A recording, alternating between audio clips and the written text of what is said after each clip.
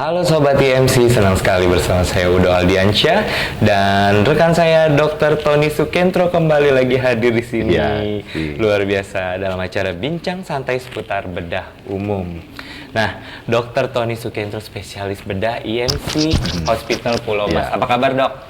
Baik, selalu menjaga Jumpa kesehatan. lagi nih. Semoga nggak bosan sama Udo ya, Dok ya? Enggak ya? Menyebarkan informasi. Betul sekali, menyebarkan informasi sangat bermanfaat ya. Betul. Semoga berguna untuk Sobat IMC di rumah. Baik, sedikit banyak nih resum tentang Dr. Tony. Dr. Tony adalah lulusan Universitas Atmajaya, betul ya, Dok? Betul. Dan melanjutkan pendidikan bedah di Universitas Indonesia. Dan lulus dengan predikat cum laude. Wah, sangat luar biasa. Saat ini Dr. Tony mengembangkan bedah minimal invasif, yaitu teknologi bedah yang minim nyeri, luka kecil, dan penyembuhan yang cepat. Dan salah satunya adalah fistula ani laser closer atau FILAC. Betul ya, Dok? Betul sekali. Betul sekali. Nah, dokter, untuk fistula ani sendiri itu langsung aja nih ya. Kita betul langsung aja nih. Fistula ani sendiri itu seperti apa sih, Dok? Ya, memang nama fistula ani ini semakin terkenal ya belakangan ini karena penyakitnya ini ternyata banyak sekali di masyarakat kita, ya. Kenapa banyak? Karena kita hidup di negara tropis, jadi kita mudah berkeringat, Mas Udo. Nah, berkeringat itu bukan hanya di wajah yang mengeluarkan minyak, mengeluarkan keringat, ya, tapi juga di daerah anus.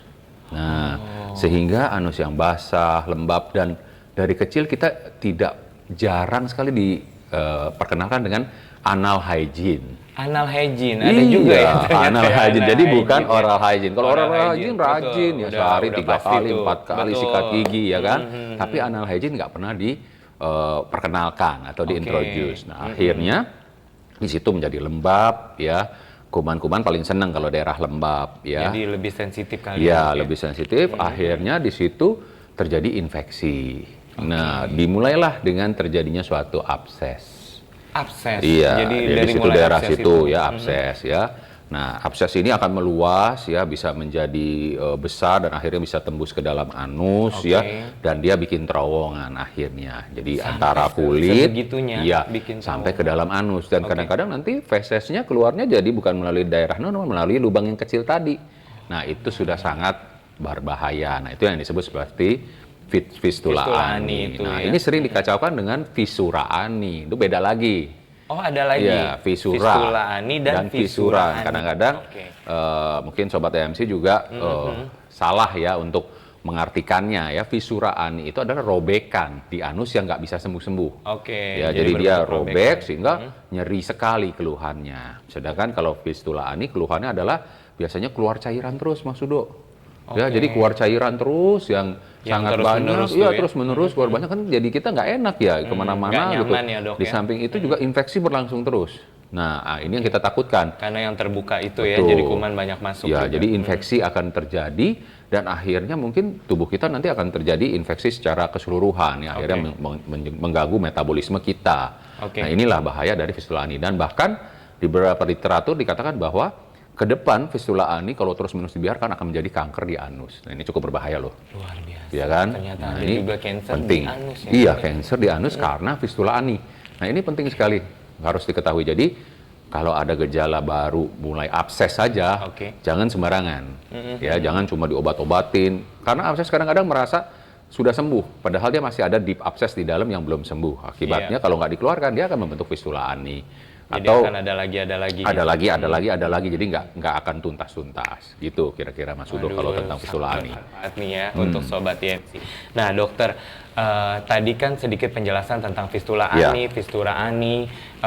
Mungkin kita orang awam pun banyak yang tidak mengerti dan tidak paham ya, bahwasanya memang penting sekali untuk membersihkan daerah-daerah anus dan tubuh dan lain sebagainya gitu. Nah, apabila nih Sobat IMC atau mungkin pasien dokter sendiri nih yang mengalami fistula ani itu ada gak sih solusinya, harus diapakan gitu? Ya, kiat-kiatnya ya.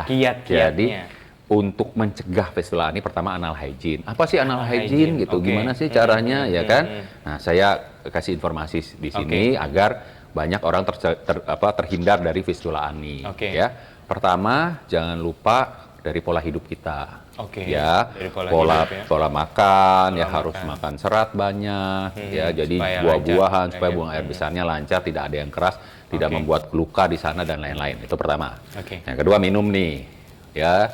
Jangan minumnya yang banyak berkarbonasi, bersoda-soda gitu ya. Coba minum air putih sehari minimal 3 liter, cukup lah untuk bisa melumasi semua. 3 liter. Iya, jadi jangan, saya nggak bisa minum air putih, coba diusahakan ya. Lalu jangan banyak perlu kopi, teh, itu jangan dijadikan minuman utama. Ya, jadi jangan edik ya dengan dan kopi edik, dan bener ya, mentang-mentang banyak ya sekarang ya. Nah, yang ketiga adalah lokal. Jadi di lokal itu kita harus merawat. Ya, kita pakai sabun yang baik ya, terutama sabun-sabun yang mengandung pelumas juga. Jadi ada sabun-sabun yang ada pelumasnya. Jadi tidak keset sekali gitu loh di daerah sana. Jadi lebih oily ya. Betul. Sehari minimal 3 kali kita harus bersihkan. Atau kalau kita merasa gatal atau nggak enak, itu harus dibersihkan. Jadi buru-buru aja ya. Iya, nah ini dari kecil nggak pernah kita dilatih untuk membersihkan, ya kan? Jadi setelah besar ke bawah, ya. Kebetulan kalau saya sendiri ya merasa tidak enak gitu loh. Saya merasa sesuatu yang janggal, sehingga saya selalu menjaga kebersihan di daerah anus. Gitu. Terus yang keempat adalah perlakuan. Jadi anus itu jangan dicodok-sodok, diapain segala macam. Nah ini berbahaya karena bisa. Jadi benar-benar perlakukan istimewa. Iya, perlakukan istimewa dan hati-hati. Gitu. Kalaupun kita mau membersihkan anus, tangan juga harus steril, harus bersih gitu loh. Jangan main sembarangan. Iya, pegang-pegang. Dari mana coba mau nggak mulut kita pegang-pegang. Kan sama, kita treat mereka itu. Ya jangan dianak tirikan, yang satu ini diistimewakan, yang di depan, yang di belakang dianak tirikan, nggak boleh dong, ya kan? Jadi yang belakang juga treat like benar-benar the best treatment for yourself gitu. Nah, itu treatment untuk anal hygiene ya. Nah, kalau memang sudah terjadi fistula ani, kalau udah fistula ani nih, biasanya sih kita tuh menunda-nunda nih, Mas Hudo. Jadi kalau awal kasih salep dulu lah, gitu kan, diobatin dulu lah, gitu kan. Selalu mencari jangan dioperasi, gitu kan. Dan takut operasinya dibelek besar. Pasti bayangannya udah aneh-aneh nih. Ya, karena memang banyak terapi yang terkenal terapi growak, itu loh. Apa tuh dokter? Jadi fistula ani itu dibelah, itu yang terkenal tuh dibelah. Jadi lukanya itu menganga dari anus ke muara fistulanya, jadi terbuka lebar begitu.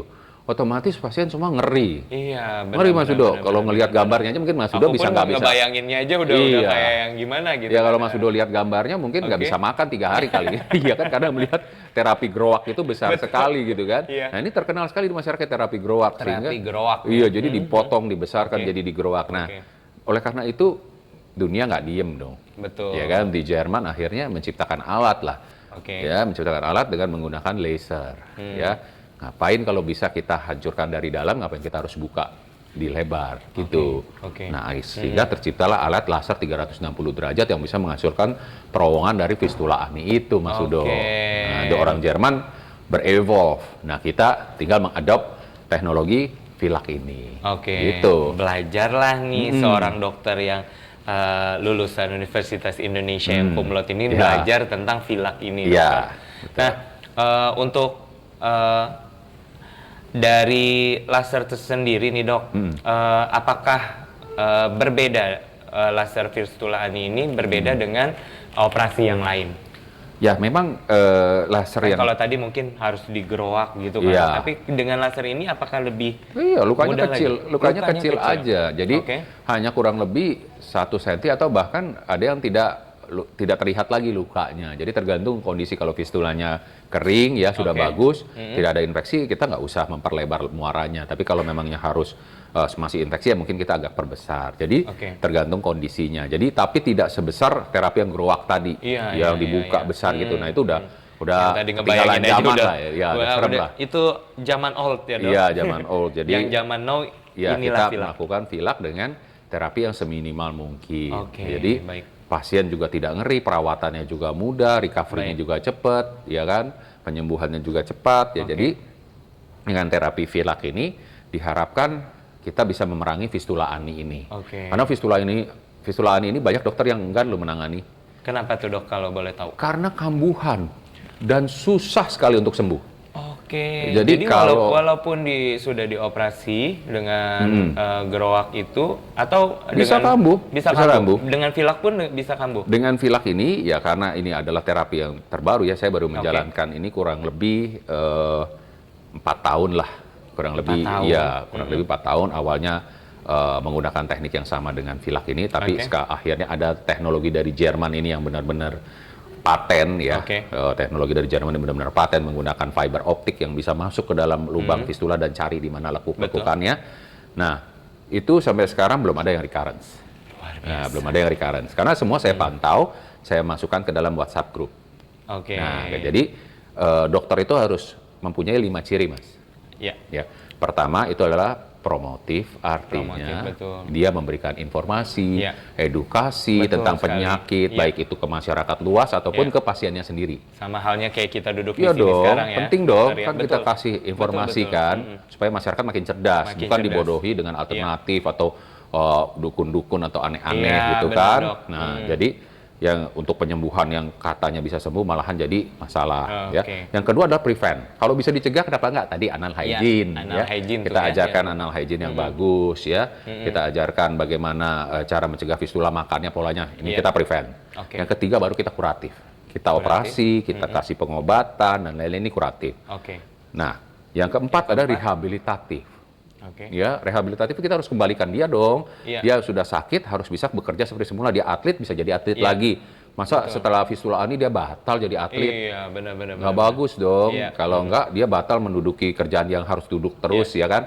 Dia tanpa mengurangi kegiatan mereka ya. Kembali ke posisi semulanya. Ya kan, nggak boleh kita menguranginya. Ya. Yang kelima yang paling penting nih, yang jarang dilakukan sama dokter nih, adalah monitoring. Itu dia. Kebanyakan kan udah selesai, udah bye-bye. Tapi kalau hotel enggak. Kalau hotel ditelepon terus gimana pelayanan kami dan lain-lain. Nah, ini yang harus kita contoh. Hospitality ini kita kan namanya hospital ya. Kita harus mencontoh hospital ini. Jadi kita monitoring. Nah, saya melakukan itu, saya masukkan WhatsApp group dibantu oleh IMC juga ya sebagai monitoring dengan timnya ya, bahwa semua ditanya bagaimana ada keluhan atau enggak. Nah, mereka jadi feedback. Ini ilmu juga buat kita. Kalau lambat sembuh bagaimana, kalau ada yang kambuh lagi nanti gimana. Dan ini feedback positif buat kita. Buat kita belajar juga ke depan bagaimana kita bisa menangani pasien secara utuh. Ya. Karena ternyata setelah kita pantau di dalam grup itu macam-macam. Ada yang nggak bisa makannya, ada yang nggak bisa menjaga kebersihannya, ada yang nggak bisa melakukan perawatannya, ada yang hidup sendiri. Jadi di situ kita tahu problematika manusia di situ. Berbagai macam case setelah operasi dari Vilak ini. Betul. Ya. Nah, sekaligus nih dok, menyambung tadi kan kalau dokter sudah bilang di WhatsApp grup, dokter monitoring dengan rumah sakit IMC juga.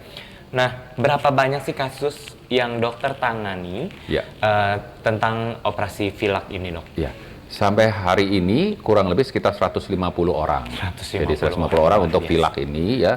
Memang cukup lumayan lah ya kasusnya, cukup banyak.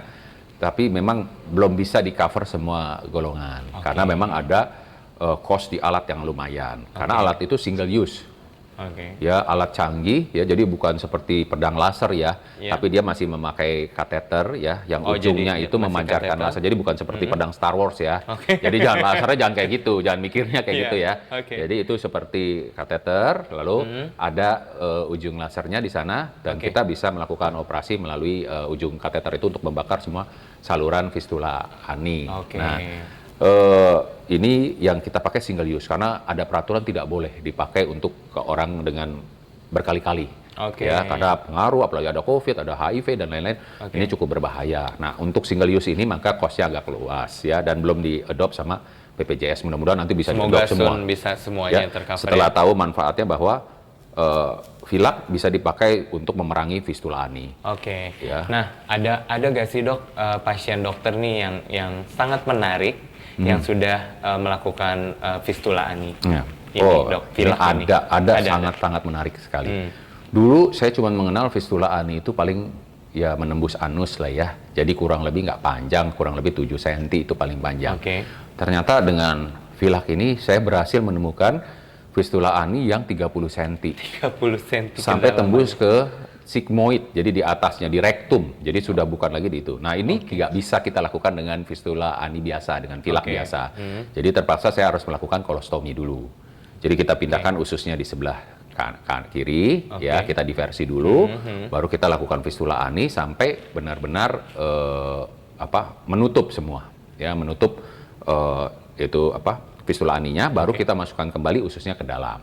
Ya. Oke, jadi prosesnya seperti itu ya, Dok? Ya, biasa kita coba dulu dengan fistula ani yang konvensional, biasa kita lakukan vilak. Kalau nggak berhasil ya terpaksa memang harus kita lakukan kolostomi dulu, karena memang mungkin tracknya terlalu tinggi atau terlalu jauh. Jadi tidak mungkin kita melakukan dengan menggunakan vilak secara normal tanpa melakukan diversi. Itu. Jadi itu salah satu juga, sorry aku potong, Dok. Itu juga salah satu yang menjadi gambaran ya kepercayaan saya bahwa fistula ani yang sudah agak jauh, yang panjang aja bisa nutup. Yang panjang aja bisa nutup. Apalagi cuma yang 7 cm. Nah, itu yang menjadi keyakinan saya bahwa vilak ini adalah masa depan untuk memberantas fistula ani. Gitu. Baik. Nah, terakhir nih, Dok. Apa sih harapan ke depan nih, dokter, untuk sobat IMC tentunya yang mungkin yang mengalami ada gejala fistula ani ini, kedepannya dengan operasi vilak ini seperti apa? Silakan, dokter. Untuk sobat IMC, bila terkena penyakit vilak ini penyakit fistula ani ini bukan akhir dari segalanya. Karena biasanya pasien merasa, waduh, ini nggak nutup-nutup nih. Jangan-jangan ada kesalahan pada tubuh saya. Gitu. Pergi ke dokter, dioperasi dari do, bisa re, bisa mi, bisa fa. Saya pernah mengalami operasi sampai orang yang sudah 7 kali operasi. Ya, apalagi sekarang banyak klinik-klinik yang membuka terapi fistula ani. Gitu loh. Banyak sekali di jalan-jalan, dan ini harus hati-hati. Yang di jalanan itu ya. Sobat IMC harus benar-benar cerdas memilih bahwa cari dokter yang memang kompeten, ya. Tidak harus saya, ya. Jadi bisa saja mencari dokter yang mempunyai reputasi untuk menangani fistula ani, tapi benar-benar pelajari. Jadi sobat IMC harus mulai cerdas, mulai mempunyai research, ya. Sekarang tinggal Google aja, ketik ketahuan kok, ya kan? Masalahnya sekarang itu kalaupun aku terakhir nih sebagai orang awam, googling pun pasti yang akan keluar adalah Dr. Tony Sukentro gitu ya. Karena memang pengalaman dari vilak dan lain sebagainya itu memang sangat luar biasa. Ya, karena kalau kita salah sekali operasi fistula ani, dia bisa jadi 7 kali operasi. Jangan main-main. Fistula ani itu 1 kali lebih baik kita fresh, ditangani benar, sembuh. Kalau dia nggak sembuh, dia bisa 1, 2, 3, dan seterusnya. Dan itu harapan saya, bila terkena fistula ani, cari dokter yang berpengalaman, yang bisa menyembuhkan sekali operasi, ya, beres sehingga tidak harus 2, 3, 4, 7 kali operasi, ya. Kalau sampai itu terjadi, is disaster. Makin lama makin susah. Ya, dan kalau mengharapkan ke saya untuk kesembuhan, saya juga not God, ya. Saya juga nggak bisa, kalau udah 7 kali itu repot sekali. That's it lah. Saya pikir konsultasi jangan malu-malu, bukan akhir dari segalanya, dan masih ada jalan untuk fistula ani. Nah untuk sobat IMC, kalau misalkan Anda mengalami hal seperti yang tadi sudah dijelaskan oleh Dr. Tony tentang fistula ani, ya.